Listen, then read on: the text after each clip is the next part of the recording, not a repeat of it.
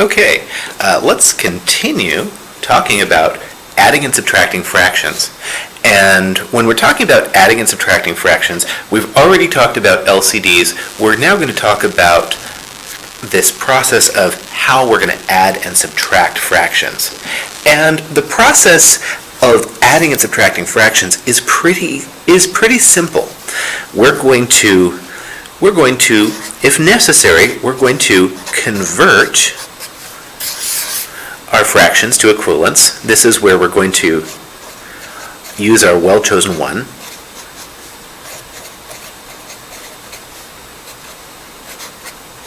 If we need to. We're going to add or subtract, and when we add or subtract, we add or subtract the numerators only.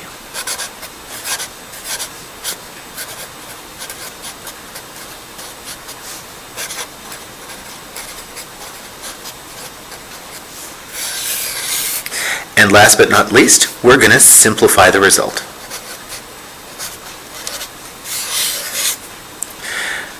So, let's start with some examples where we don't need to do any conversion. Now, one of the most important rules to remember with adding or subtracting fractions is this. Never add or subtract your denominators.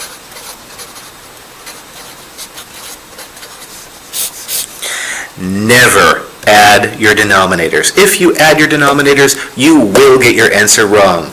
You will get your wrong every single time. If you get your answer right, you have made 2 mistakes. It will not work. Don't do it! Don't do it! Okay, we're done. Let's talk about how we're going to add or subtract some fractions then. Okay, let's say we've got something like 3/4 plus 1/4. Oh, that's easy. All we're going to do here is add the tops. 3 plus 1 is going to be 4. 4 over 4? 3 plus 1 is 4.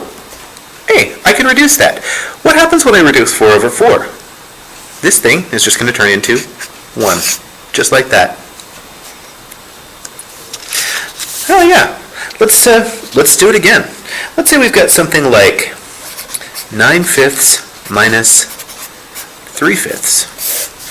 9 minus 3 is going to end up being 6/5. Notice that I don't really care at this point if I've got an improper fraction. Improper is just fine. It doesn't matter if it's proper or improper. All we care about is that if I were to take this 6/5 and add 3/5 to it, would I end up with 9/5? Sure we would. That's how we could check it. So this is how we're going to add fractions that already have a common denominator. Now let's talk about ones where we will have to change our fraction. So let's do something like this. I'm going to I like this example. Let's add 5/12 to 7/18. And my common denominator here, well, and I could figure this out. I could say, well, let's see, what's some multiples of 18? I've got 18, I've got 36, I've got 54, but oh, you know what? Right there, 36 is already a multiple of 12. So 36 is going to be our common denominator. Now, let's find some way of making these into 36ths. So I want this to be something over 36 plus something else over 36. Well, what we're going to do is we're going to multiply by a well-chosen 1.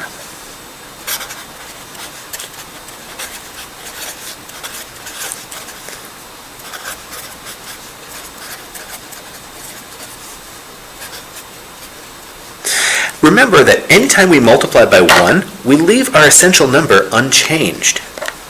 So it looks like I need to multiply 18 by 2, but I can't just multiply this entire thing by 2. I'm going to have to multiply this by 2 over 2. 2 over 2 is equivalent to 1, so all I'm doing is multiplying this fraction by 1. 7 times 2 is going to be 14. 18 times 2 is 36. Now if I take, well, it looks like I need to multiply that by 3 over 3. If I multiply this one by 3 over 3, 3 times 5 is going to be 15. 3 times 12 is 36. Okay, now I can add these two things together and come up with my answer. 15 plus 14 is going to be 29 over 36. If I could reduce this, I would, but I can't actually. Let's do one more. And I like this one. Let's do something like this. I'm going to take 7 15ths, and I'm going to subtract from that 3/10.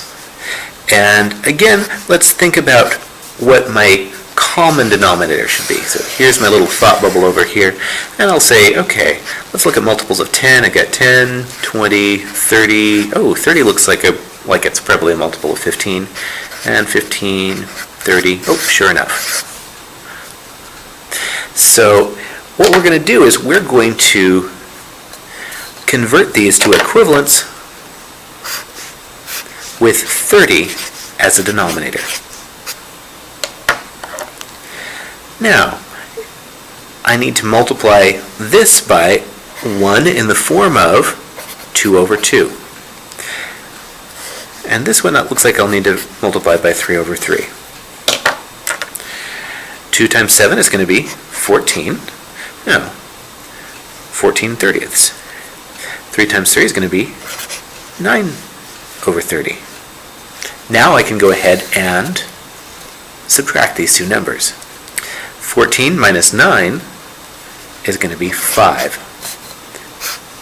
And the denominator stays the same. Remember, we never, ever add or subtract our denominators.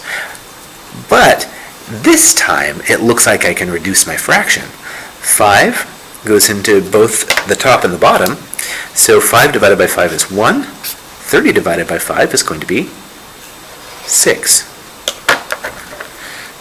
So this is going to turn out to be 1/6.